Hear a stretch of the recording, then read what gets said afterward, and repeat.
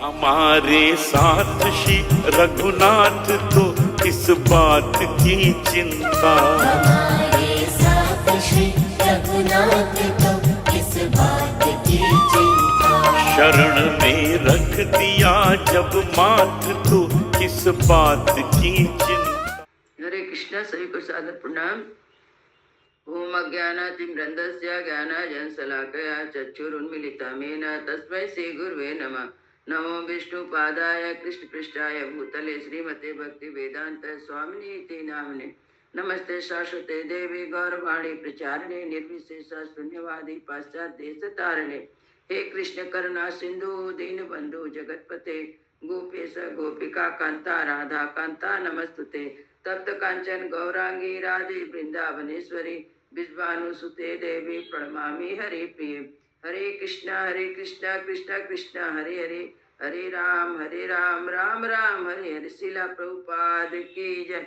रामं लक्ष्मण पूर्वजं रघुवरं सीतापति सुंदरम काकुत्स्थं करुणामयं गुणनिधिं विप्रप्रियं धार्मिकं राजेन्द्रं सत्यसंधं दशरथतनयं श्यामलं शान्तमूर्ति वंदे लोकाभिरामं रघुकुलतिलकं राघवं रावणारिं। दक्षिणे लक्ष्मणो धन्वी वामतो जानकी सुभा पुरतो मारुति यस्य तं नमामि रघुत्तमं। रामाय रामचंद्राय रामभद्राय वेदसे रघुनाथाय नाथाय श्री सीताय पतये नमः। सियावर रामचंद्र की जय, पवन सुत हनुमान की जय, वाल्मीकि रामायण की जय, वाल्मीकि मुनि की जय। आज 72वां अध्याय का पाठ होगा। 72 अध्याय का और 71 अध्याय में था कि वशिष्ठ मुनि राजा दशरथ के वंश का वर्णन कर रहे हैं और जनक जी को, जनक महाराज जी को सुना रहे हैं दशरथ जी के वंश के बारे में। वंशावली बता रहे हैं कि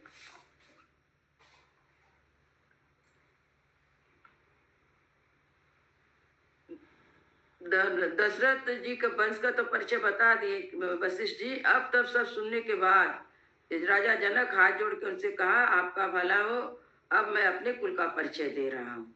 तो राजा जनक बोले कि अब मैं अपने कुल का, अब मैं अपने वंश का वर्णन कर रहा हूँ। तब उन्होंने कहा कि प्राचीन काल में एक निमि नाम के एक धर्मात्मा राजा हुए और उन्होंने तीनों लोकों में विख्यात थे।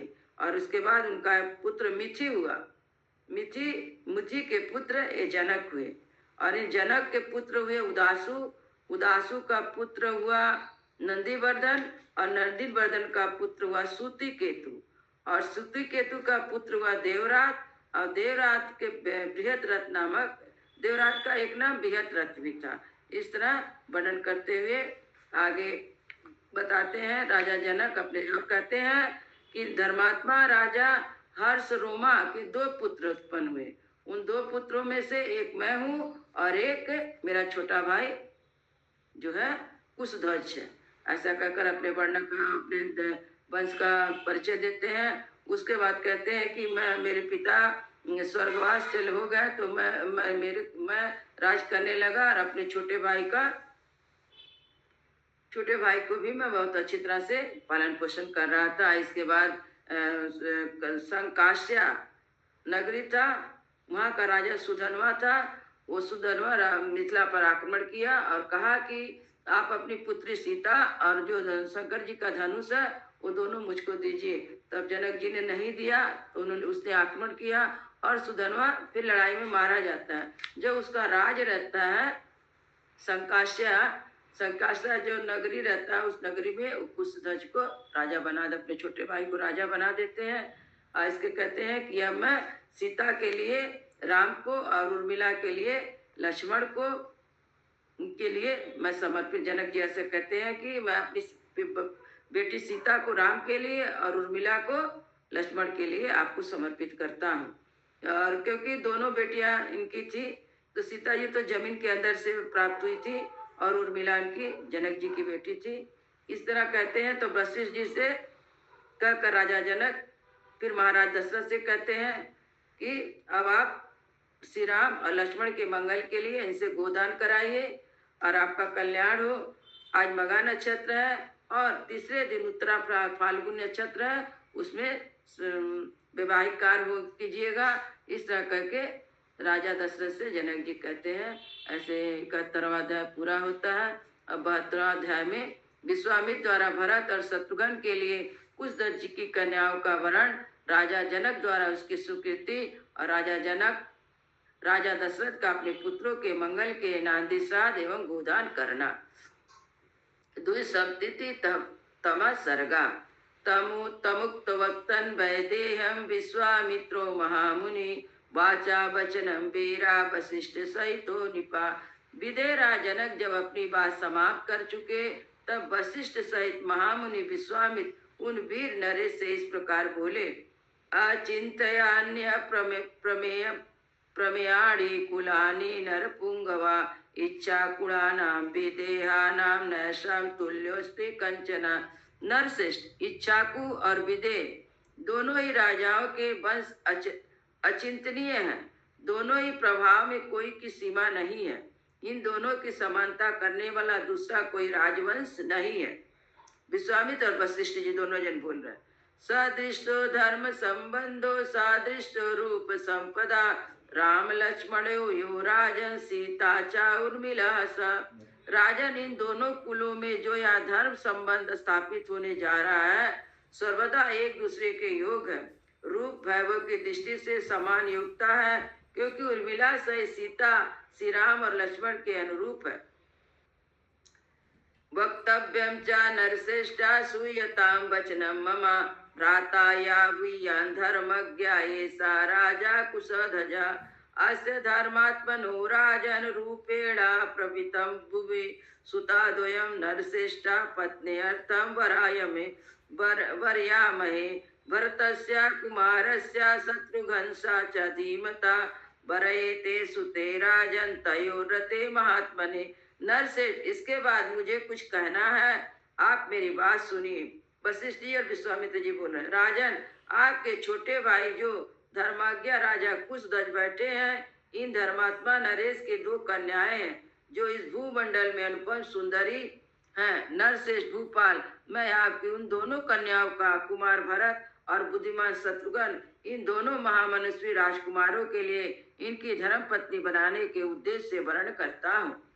पुत्रा दशरथ मे रूप यौवनशालिना लोकपाल समास्वर्भे देवतुल्या पराक्रमा। राजा दशरथ के सभी पुत्र रूप और यौवन से सुशोभित है, लोकपालों के समान तेजस्वी हैं तथा देवताओं के समान पराक्रमी हैं। उभयोरपि राजेंद्र संबोधनानुबंधताम का इच्छा कुलम अव्यग्रम भवता पुण्य कर्मणा। राजेंद्र, उन दोनों भाई भरत और शत्रुघ्न को भी कन्यादान करके आप इन समस्त इच्छा कुल को अपने संबंध से बांध लीजिए। आप पुण्य कर्मा पुरुष हैं। आपके चित्त में विरगता नहीं आनी चाहिए, अर्थात आप यह सोचकर व्यग्र न हो कि ऐसे महान सम्राट के साथ मैं एक साथ 4 वैवाहिक संबंधों का निर्वाह कैसे कर सकता हूँ। विश्वामित्र वचा श्रुत्वा वसिष्ठस्था मते तदा जनका प्रांजन वाक्यम वाचा मुनि पुंगवा। वशिष्ठ जी की सम्मति के अनुसार विश्वामित्र जी का यह वचन सुनकर उस समय राजा जनक ने हाथ जोड़कर दोनों मुनियों से कहा। कुलम धन्यम मन्ये शांतो मुनि पुंगवो सदृश्यम कुल संबंधम यथा याज्ञ पायता स्वयं। मुनि पुंगवा, मैं अपने इस कुल को धन्य मानता हूँ, जिसे आप दोनों इच्छा को वंश के योग समझकर इसे समझ जोड़ने के लिए स्वयं आज्ञा दे रहे हैं। एवं भवतु भद्रम कुशध्वजा सुतेइमा पत्न्यो भजताम सहितम शत्रुघ्न भरतो भुवो। आपका कल्याण हो, आप जैसा कहते हैं ऐसा ही हो। ये सदा साथ रहने वाले दोनों भाई भरत और शत्रुघ्न कुशध्वज की दोनों कन्याओं में से एक एक को अपनी अपनी धर्म पत्नी के रूप में ग्रहण करे। एकाना पुत्रीणां चक्षुषा महामुने पाणिना गृह्णन्तु चत्वारो राजपुत्रा महाबला। महामुनि, ये चारों महाबली राजकुमार एक ही दिन हमारी चारों राजकुमारियों का पाणी ग्रहण करें। उत्तरे दिवसे ब्रह्मन् फाल्गुनियां मनीषिणी वैवाहिकं प्रसन्ति भगो यत्रे प्रजापति। ब्राह्मण अगले 2 दिन फाल्गुन नामक नक्षत्रों में युक्त है। इनमें पहले दिन तो पूर्वी फाल्गुन है और दूसरे दिन अर्थात परसों उत्तरी फाल्गुन नामक नक्षत्र होगा, जिसे देवता प्रजापति भग तथा आर्यमा है। मुनि मनीषी पुरुष उस नक्षत्र में वैवाहिक कार्य करना बहुत उत्तम बताते हैं। एवं मुक्ता बचा सौम्य प्रत्युत्थाय कृतांजलि उभौ मुनिवरो राजा जनको वाक्यम अब्रवीत। इस प्रकार श्रम मनोहर वचन कहकर राजा जनक उठ खड़े हुए गए और उन दोनों मुनिवरों से हाथ जोड़कर बोले, परो धर्मो कृतो मह्यम शिष्यो अस्मि भवतो तथा इमान्यासन मुख्यानि अस्यता मुनि पुंगौ। आप लोगों ने कन्याओं का विवाह निश्चित करके मेरे लिए महान धर्म संपादन कर दिया। मैं आप दोनों का शिष्य हूँ। मुनिवर श्रेष्ठ आसनों पर आप दोनों विराजमान हो। यथा दशरथ तथा अयोध्या पुरी मम प्रभुत्वे नास्ति संदेहो यथाहार कर तुम अर्यता। आपके लिए जैसे राजा दशरथ की अयोध्या है, वैसे ही मेरी मिथिलापुरी भी है। आपका इस पर पूरा अधिकार है, इसमें संदेह नहीं है। अतः आप हमें यथा योग आज्ञा प्रदान करते रहे। ततो ब्रुवती वैदेहे जनके रघुनंदना राजा दशरथोरिष्टम प्रतुवाचा महीपति। विदेहराज जनक के ऐसा कहने पर रघुकुल का आनंद बढ़ाने वाले राजा दशरथ ने प्रसन्न होकर उन मिथिला नरेश को इस प्रकार उत्तर दिया। इवां संकेय गुणे भ्रातौ मिथिलेश्वरो ऋषयो राजशंकाश्च भवत् भयाम्बि पूजिता। मिथिलेश्वर, आप दोनों भाइयों के गुण असंख्य हैं। आप लोगों ने ऋषियों तथा राज समूह का भली भांति सत्कार किया है। स्वास्ति प्राणु भद्रम ते गमिष्यामा स्वमालयम श्रद्धा कर्माणि विधि बद्विधाय इति चाब्रवीत।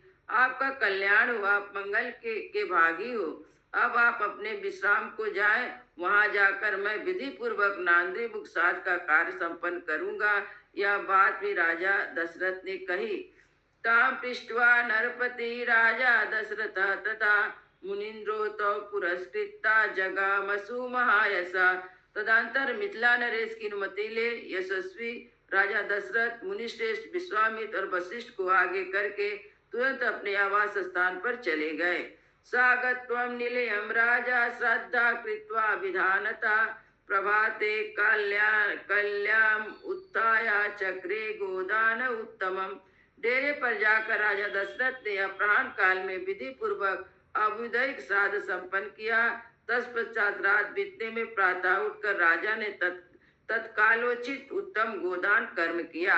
गवासत सहस्रम च ब्रह्मणो नराधिपा एको कसो ददो राजा पुत्रानुदिश्य धर्मात्मा। राजा दशरथ ने अपने एक एक पुत्र के मंगल के लिए धर्मानुसार 1,100,000 गवे ब्राह्मणों को दान की। सुवर्ण सिंह संपन्ना सौवस्याम काश्य दोहनाम गवाम शत शस्त्राणि चत्वारि पुरुषर सभा वित्तम तम नन्यश्च शुभौ दुजुभे रघुनंदनम ददो गोदानम उद्देश्य पुत्राणाम पुत्र वत्सला। उन सब के सिंगों सोने से मढ़े हुए थे। उन सब के साथ बछड़े और कासे के दूध पात्र थे। इस प्रकार पुत्र वत्सल रघुनंदन पुरुष शिरोमणि राजा दशरथ ने 4 लाख गऊ को दान किया और बहुत सा धन पुत्रों के लिए गोदान के उद्देश्य से ब्राह्मणों को दिया। सासुतो कृत गोदाने ही वृत्ते सनिपतिस्तथा लोकपाले भाति वृता सौम्य प्रजापति। गोदान कर्म संपन्न करके अपने आए हुए पुत्रों से घिरे हुए राजा दशरथ उस समय लोकपाल से घिरे हुए बैठे शांत शोभा प्रजापति ब्रह्मा के समान शोभा पा रहे थे। इत्यर्थे श्रीमद् रामायणे वाल्मीकि आदि काव्ये बालकांडे 237 सर्गः। इस प्रकार श्री वाल्मीकि निर्मित आश्रमाण आदि काव्य के बालकांड में 72वां अध्याय पूरा हुआ। मंगल भवन मंगल हारी द्रवहु सो दशरथ अजीर बिहारी। राम सिया राम जय जय राम। सिया राम जय जय राम। सियावर रामचंद्र की जय। उमापति महादेव की जय। पवन सुत हनुमान की जय। वृंदावन बिहारी लाल की जय। सब संतन की जय, सब भक्तन की जय। जय जय सीताराम।